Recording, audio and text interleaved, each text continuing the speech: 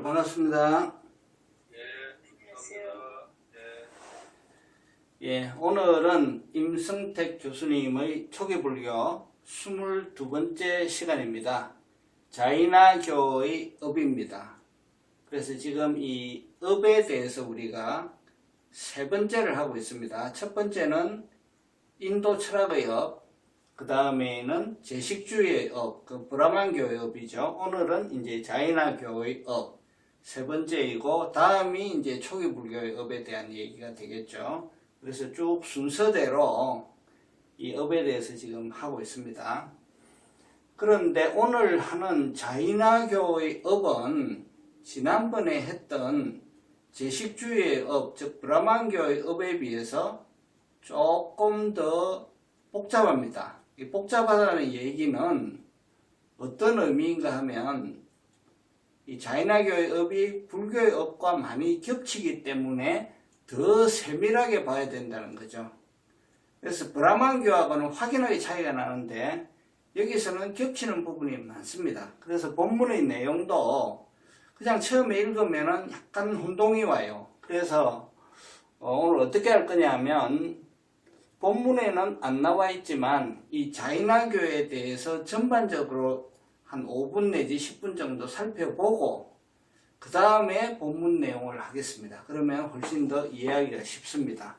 자, 그러면 자이나교에 대해서 우선 좀 알아보겠습니다. 이 자이나교의 창시자에 해당되시는 분은 마하비라입니다. 지금 이 그림에 나오는 이 조각상 이분이 이제 마하비라입니다. 이분은 그 스카모니 붓다와 동시대의 인물입니다. 그래서 그 이분의 그 이름은 바르다마나라고 합니다. 바르다마나라고 하는데 부르기는 마하비라라고 부르죠. 이것은 어떻게 이해하시는 게 가장 편한가 하면 우리 불교에서 부처님을 석가모니라고 부르잖아요. 석가모니라고 부르고 본명은 고타마 시타르타죠. 그거와 같은 거예요. 부르기는 마하비라라고 부르고 본명은 바르다마나인 것입니다. 이렇게 보시면 되고, 동시대의 인물이라는 것은 이분이 부처님보다 20년 늦게 태어나셨어요. 그러니까 부처님보다 20살이 젊으시지요. 그리고 부처님이 돌아가시고 난 다음에 12년 뒤에 돌아가셨어요. 그러니까 거의 비슷하게 겹치는 인물이다. 그래서 자이나교는 불교와 마찬가지로 브라만교에 대한 반발로서 당시의 신흥 종교의 하나였습니다. 그런데 자이나교에서는 이 마하비라를 자이나교를 창시하신 분이라고 표현을 하지 않습니다. 어떻게 표현하냐면 24번째 예언자라고 합니다. 24번째 예언자이자 마지막 예언자라고 합니다. 그 얘기는 뭐냐면 이 자이나교가 이분이 나와서 뚝딱 하고 만든 것이 아니라 원래부터 있던 우주적인 진리라는 거죠. 그리고 그것을 확인하기 위해서 온 예언자가 24번째 예언자가 마하비라다. 이렇게 이제 얘기를 하고 있습니다. 그러면 자이나교는 이 세계와 이 우주를 어떻게 보느냐? 둘로 딱 나눕니다. 영혼과 비영혼. 영혼이 지바입니다. 그리고 비영혼은 앞에 A를 붙여가지고 아지바죠. 이렇게 둘로 나눕니다. 영혼이라는 것은 영어로 soul, 불멸의 영혼을 얘기합니다. 이 지바란 말은 이때까지 여러 번 나왔습니다. 기억을 하실는지 모르겠는데 우리 그 금강경의 사상, 아상, 인상, 중생상, 수자상 할 때도 나왔습니다. 그때 이 수자상에 해당되는 것이 불멸의 영혼 지바인 것입니다. 그래서 이 지바란 말은 종종 나와요. 우리 불교를 공부하다 보면. 그래서 지바와 아지바로 구분이 된다. 지바라는 것은, 영혼이라는 것은 무엇이냐? 완전한 믿음이다, 완전한 지식이다, 완전한 능력이다, 완전한 기쁨이다. 그래서 한마디로 이 지바, 순수 영혼은 완전체죠. 그런데 이 지바가 오염이 됐다 이거죠. 오염. 뭐에 의해서 오염이 됐느냐? 까르마에 의해서 오염이 되었다. 이렇게 이제 자이나교에서는 해설을 하고 있습니다. 그래서 이 오염원은 과연 어떻게 해서 이 오염원이 정의가 되냐면요. 탐욕이라든지 성냄이라든지 속인다든지 오만이라든지 이러한 모든 것을 격정이라고 표현합니다. 패션.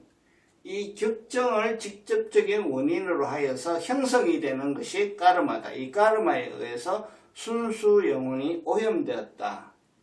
그리고 해탈이란 무엇이냐? 새로운 까르마의 유입을 차단한다. 그 다음에 이미 유입된 모든 까르마는 제거를 한다. 그래서 해탈이 성취된다. 해탈에 이르는 길, 즉 까르마를 차단하고 제거하는 길은 바른 믿음에 의해서, 바른 지식에 의해서, 바른 행동에 의해서 이러한 세 가지의 방법을 써서 이 까르마를 제거한다. 그래서 초기 불교의 내용과 이 부분이 상당히 지금 좀 유사하죠. 자, 해탈을 성취한 자는 어떻게 되느냐? 윤회가 거기서 끝이 난다는 거예요. 윤회의 사슬을 벗어나는 것이다. 그리고 입적 후에는 자이나교의 우주관의 세계의 가장 높은 꼭대기, 거기에서 본래의 영원한 기쁨과 평화를 누린다. 이렇게 교리가 딱 정리가 되어 있습니다. 그리고 이 바르나마나의 마하비라의 생존 시에도 교단이 두 차례의 어떤 분열을 겪었다. 그리고 거의 사후에는 완전히 나누어졌는데 가장 큰 부분이 뭐냐? 성직자들은 바르나마나처럼, 마하비라처럼 나체로서 생활을 해야 된다고 주장하는 보수주의죠. 공의파, 그 다음에 아니다, 일반 신도와 마찬가지로 성직자들도 흰옷을 입어도 괜찮다는 배기파. 그러니까 흰 옷 할 때 배기파, 그 다음에 비일공자에 옷이 의자니까 옷을 입지 않는다는 공의파, 이렇게 둘로 이제 자이나교가 교단이 분열이 됐죠. 지금도 그렇습니다. 지금도 이렇게 나누어져서 있습니다. 그런데 이러한 그 교단이 분열되었다고는 하지만 교리는 거의 같다. 교리는 거의 분열된 것이 없다. 그러니까 교리는 같고 다만 율장이죠. 율장. 불교에서도 부처님 사후에 교단의 1차 분열이 결국 율장에서 지금 분열이 됐잖아요. 자이나교도 마찬가지로 결국은 분열이 이제 율장에서 일어나는 것입니다. 자, 그리고 이제 조금 더 살펴보겠습니다. 이 자이나교에 따르면은 우주의 실체가 크게 지바와 아지바로 둘로 나뉜다고 말씀을 드렸죠. 그런데 이 아지바, 즉 비영혼이 다시 5개로 나뉩니다. 시간, 공간, 다르마, 법, 아다르마, 법 아닌 것, 그 다음에 물질, 이렇게 해서 5개 플러스 영혼에서 6개의 실체로 우주가 구성되어 있다, 세계가 구성되어 있다, 이렇게 얘기를 하고, 이 물질에 해당되는 것이 육체라든지 우리가 호흡을 하는 숨, 마음, 의식작용이죠. 그 다음에 까르마, 이런 것들이 다 물질에 속한다. 그러면 이 까르마를 뭐라고 부르냐면 뿌드갈라라고 불러요. 뿌드갈라. 그래서 이 뿌드갈라는 영혼과 물질 사이의 연결고리다. 끈적끈적한 성질을 지닌 물질로서 영혼에 붙었다 떨어졌다, 붙었다 떨어졌다, 물질에 붙었다 떨어졌다 하는 특수물질이다. 그래서 그 이름을 뿌드갈라라고 한다. 자, 이 뿌드갈라도 우리 부부님들 기억이 나시죠? 이 역시 건강경의 사상에 나옵니다. 아상, 인상, 중생상, 수저상 할 때 그 인상이 뿌드갈라인 것입니다. 그래서 불교의 부파불교 시대에 이 부처님 무화설이 다 맞는데 뿌드갈라라고 하는 것은 있다라고 하는 걸 인정하는 게 독자부하고 경양부 아닙니까? 그래서 불교의 부파불교 내에서도 이 뿌드갈라는 인정하는 부파가 있은 것이죠. 이처럼 자인화교와 불교는 겹치는 부분이 상당히 있습니다. 이런 것들을 이제 좀 알고 계셔야 되고요. 자인화교의 종교적인 실천이라는 건 뭐냐? 결국 고행주의인데 이러한 고행주의 실천에 의해서 영혼의 해탈, 즉 뿌드갈라의 소멸이 바로 영혼의 해방이다. 이렇게 가르치고 있죠. 자, 자인화교는 힌두교가 얘기하는 것처럼 세계를 만드는 창조신이 있고 그 신의 전지전능에 의해서 세계가 운행되고 파괴되고 하는 그러한 것이 아닙니다. 이 자인화교는 불교처럼 까르마의 법칙의 자율성에 의해서 생성되고 유지되고 파괴된다는 입장을 견지합니다. 그래서 불교와 같습니다. 이런 면에 있어서는. 그래서 종교적으로는 무신론에 해당이 된다. 해탈한 영혼, 그러니까 순수 영혼이죠. 그 순수 영혼은 어떤 경배의 대상은 되지만은 자인화교에서는 까르마의 법칙에 기반한 철저한 자력 신앙을 주장을 하는 것입니다. 그래서 인도의 일반 자인화교 신자들은 문화적으로 신들에게 예배를 한다든지 제사를 한다든지 하는 것은 있으나 속박으로부터의 해탈은 어느 신도 해결해 줄 수 없는 오직 자기 스스로의 몫이라는 그러한 철학적 종교적 입장을 견지한다. 이런 면에서 자인화교는 나약한 자에게는 걸맞지 않는 강인한 종교이다. 이렇게 지금 얘기를 하고 있습니다. 그래서 이제 아주 원칙론적이고 엄격한 그런 수행을 강조하기 때문에 그 소수 정예라고 할 수가 있죠. 그래서 지금 현재 인도에서는 약 300만, 400만 명 정도의 신자가 있는 것으로 되어 있습니다. 그래서 많이 이렇게 불교하고 겹치는 부분이 많은데 결정적으로 뭐가 다르죠? 이쪽에서는 실체론이죠. 실체론을 주장하는 거고 불교에서는 무아죠.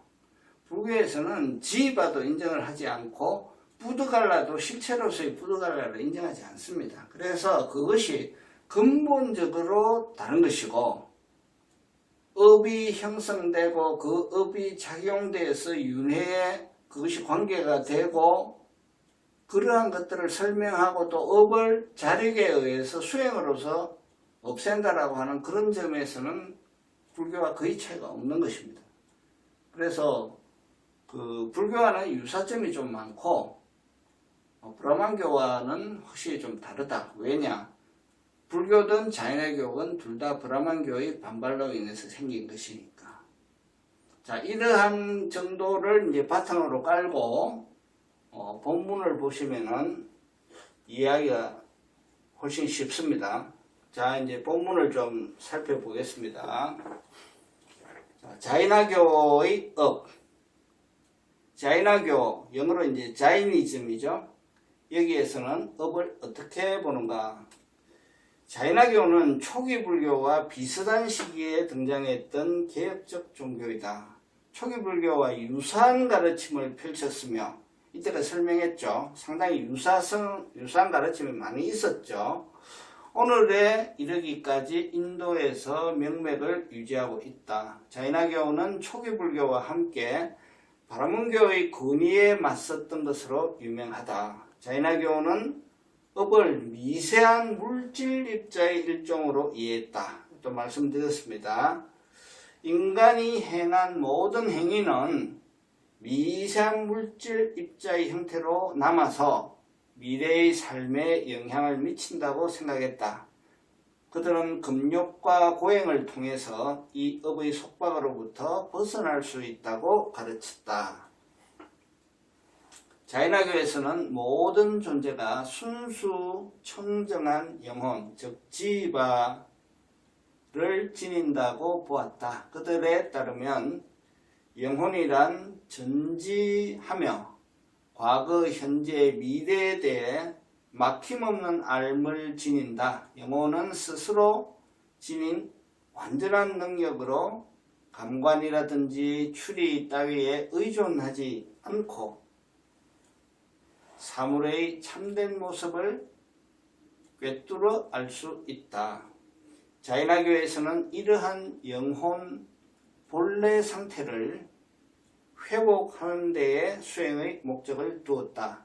바로 그것을 위해 엄격한 고행의 실천을 권장하였다. 업이란 무엇이냐? 영혼의 전지한 능력을 가리는 불순물과 같은 것이다. 그래서 고행이란 영혼에 달라붙은 업의 불순물을 닦아내기 위한 수단으로 인식되었다. 자이나교에 따르면 업을 구성하는 물질 입자는 신체, 몸뚱이, 그 다음에 언어, 말, 그 다음에 마음 기능, 이것에 의한 행위를 통해서 생성된다. 자, 보세요. 신체, 말, 마음 기능, 신구의 삼업이죠. 불교와 똑같습니다. 신구의 삼업에 의해서 업이 까르마가 형성된다. 그들은 바로 이것이 영혼과 뒤엉켜 가지고 이 업에 의한 육신을 형성시키고 그 결과 순수 청정한 영혼이 고통스러운 경험 세계에 묶이게 되며 윤회의 속박 아래 놓이게 된다고 생각했다. 이러한 자이나교의 업 해석에서 주목할 만한 사항은 인간 존재가 업의 속박에 무력하지 않다는 사실을 강조했다는 점이다. 그래서 신이 구해준다든지 제사장이 열심히 기도를 해서 구해주는 것이 아니다 이거죠. 스스로 고행이라는 수행을 통해서 이거를 닦아서 없애야 된다라고 하는 것이 자이나교입니다. 그래서 브라만교와 확연한 차이가 있는 것이고 불교와 이 점에서 거의 유사한 것입니다. 그들은 엄격한 금욕적인 삶을 통해서 새로운 업의 축적을 막을 수도 있다. 또한 강력한 고행을 통해서 그것을 소진시켜서 해탈의 상태에 이룰 수도 있다. 이렇게 보았다.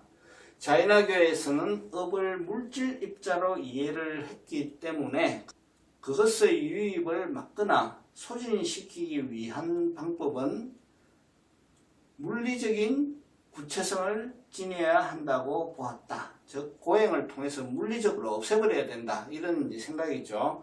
또한 기존에 지은 업에 대해서는 그것을 소진시킬 만큼의 육체적인 고행을 반드시 닦아야 한다고 가르쳤다. 이 부분이 불교와 좀 다른 점입니다.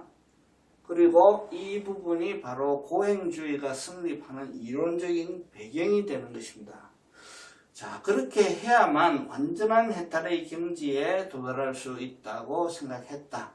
경험 세계의 속박과 고통은 누적된 업의 총량에 비례하며 실천 수행에서의 진전 역시 그것에 의해 정확히 판가름된다고 보았던 것이다. 이러한 방식으로 자이나교는 업에 의한 지음과 받음이 실제로 즉 물질로서 존재한다는 그러한 관념을 각인시켰다. 자이나교의 업 해석의 특징입니다. 자이나교에서의 업은 불변적 법칙으로서의 의미를 지닌다. 어쩌면 자이나교의 끈질긴 생명력은 이러한 고지식한 업 해석과 함께 그것에 의한 속박을 극복하기 위한 철저한 수행의 힘 덕분이었는지도 모른다. 그러나 자이나교의 업 해석은 간과할 수 없는 취약한 점을 안고 있다. 이제 비판을 하는 거죠. 업에 의한 지나친 실제화는 내면적인 의도의 중요성을 간과하였다. 그래서 행위의 형식만을 따지게 만드는 문제점을 노출하였다. 바로 이것은 그들이 저항했던 바라문교의 형식주의적 업 해석과 유사한 측면을 지닌다. 그래서 불교에서 볼 때는 역시 형식주의의 범주 내에 있는 것이다. 이렇게 지금 보는 것입니다. 그 결과 자이나교는 업의 속박으로부터 벗어날 수 있는 존재를 전문적인 출가 고행자들에게 국한시키게 되었다. 그래서 이러한 실천이 제가자에게는 실제로 불가능한 전문 출가 수행자를 위주로 한 그러한 수행 방법으로 고착이 된 것이죠. 이와 관련하여 붓다는 다음과 같이 말한다. 이제 붓다의 비판입니다. 누군가 말하기를 사람이 어떤 업을 지었건 그것을 그대로 경험하게 된다라고 하면 청정한 삶도 가능하지 않고 바르게 괴로움을 종식시킬 기회도 얻지 못할 것이다.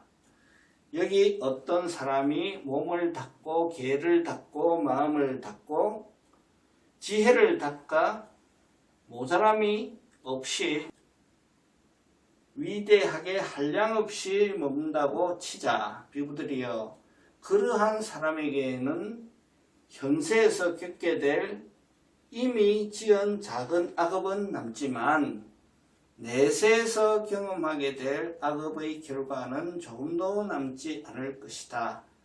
어찌 많겠는가?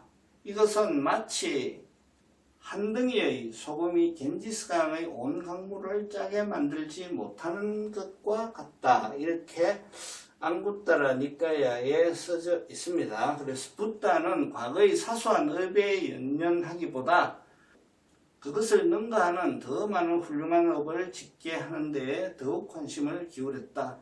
그는 이와 같은 혁신적인 업 해석을 통해서 소수의 수행자나 바라문 사제들에게 국한되었던 업으로부터의 해탈 가능성을 모든 이들에게 열어주고자 하였다.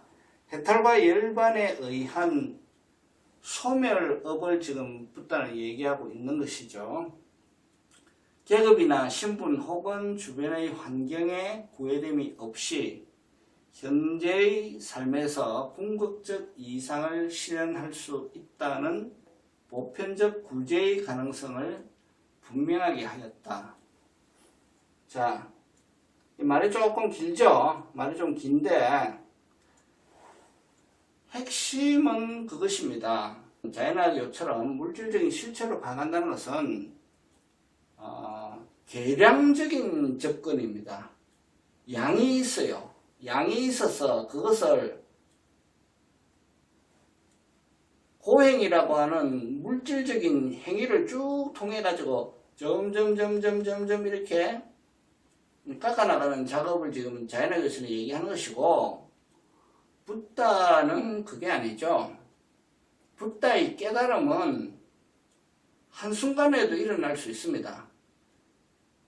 불교의 그 해탈과 열반은, 불교의 또 견성과 성불은, 그래서 그것을 하면은 모든 것이 백지처럼 된다, 이렇게는 얘기는 안 하죠. 뭐라 그랬습니까? 과거의 업의 흔적은 남아있을 수 있다고 얘기하죠. 그러나 현재 더 이상 업을 짓는 것은 스탑이 되는 거죠. 그리고 과거의 그런 흔적들이, 업의 흔적들이 고개를 들이밀더라도 그것을 현재에서 그냥 바로 차단해버리죠. 불교의 수행은.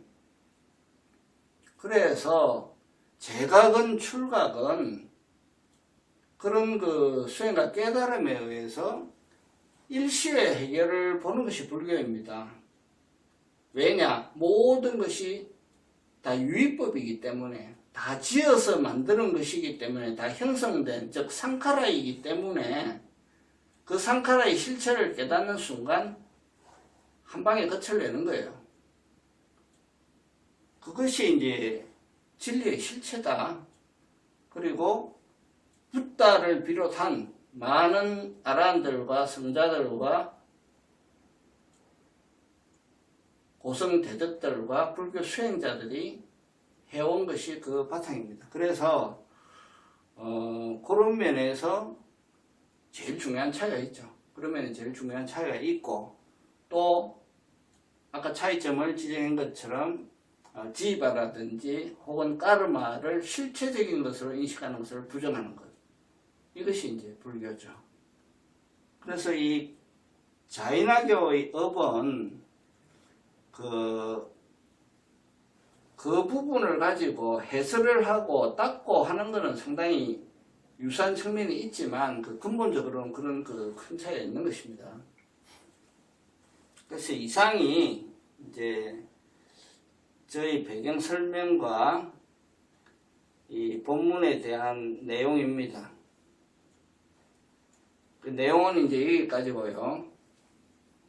여기까지로 마치고, 혹시 본문 내용과 관련해서 좀 더 설명이 필요하거나 이해가 안 되는 부분이 있으면 편하게 말씀을 해주시기 바랍니다. 어떻습니까? 내용이 뭐 크게 어렵지는 않다고 생각이 되는데, 말이 좀 복잡한 거죠. 말이 좀 복잡한 건데 크게 어렵지는 않습니다. 인해서 불교가 초기 불교도 발전하고 불교의 영향을 받아서 자인화교도 발전하고 서로 그러한 면들이 계속 500년, 1000년 이어오는 그런 흔적은 없을까요? 그래서 이제 그 아까 말씀드린 바 그 공통점들은 서로 이제 상당히 많이 공유를 하고 있지요. 공유를 하고 있기 때문에 불교에도 이 고행주의적인 전통이 있다고 하지 않습니까? 그죠? 그것이 지금 제일 많이 남아있는 것이 삼천배입니다. 삼천배. 극도의 고행을 가하잖아요. 이 업이라는 게 사실 잘 안 다스려지잖아요. 부처님 말씀처럼 한 번에 이 탐진치로부터 해방이 되고 해탈을 하면 얼마나 좋겠습니까마는 너무너무 이 업의 작용력이 크기 때문에 이럴 때는 자인화교의 수행법을 좀 갖고 와야겠다 해가지고 그냥 불교에서 삼천배 시켜버리잖아요. 이제 그러한 것들이 이제 자인화교의 흔적입니다. 그리고 이제 이 공통되는 부분에 있어서는 둘 다 브라만교의 반발이기 때문에 둘 다 자연적으로 이러한 것들이 형성되었다라고 저는 생각을 합니다만, 이제 우리 식당에 가면은 진짜 원조 뭐 이런 얘기 하잖아요. 누가 누구 거 갖다가 뺏겼냐 이제 이런 얘기 하는데, 어떻든 글쎄요, 그렇게 이제 뭐 따질 필요까지는 없겠지만 시대적으로 붓다께서 20년이 빠릅니다. 붓다께서 20년이 빠르고 부처님께서 성도하신 게 35세죠. 35세니까 부처님 나이가 젊었을 때란 말이죠. 그러면 이 마비라는 것도 15살이죠. 그러니까 자연히 부처님 영향, 초기 불교의 영향을 자인화교가 좀 더 많이 받지 않았겠냐라는 게 이제 제 짐작입니다. 부처님 당시에도 이 자인화교의 위세는 상당히 대단했다고 짐작이 듭니다. 그래서 이 자인화교는 그때도 공부했지만 불교의 육사외도의 중요한 부분으로 지금 불교에서 언급을 하고 있죠. 그러니까 부처님 가르침과 다르기 때문에 이 사람들은 아트만을 지금 얘기하고 있잖아요. 지바라든지 까르마도 아트만으로 보기 때문에 부처님의 교설과는 다릅니다. 그래서 외도죠. 외도지만 아주 힘이 세고 덩치가 큰 외도였죠. 그래서 육사외도에 이제 분류가 되었습니다.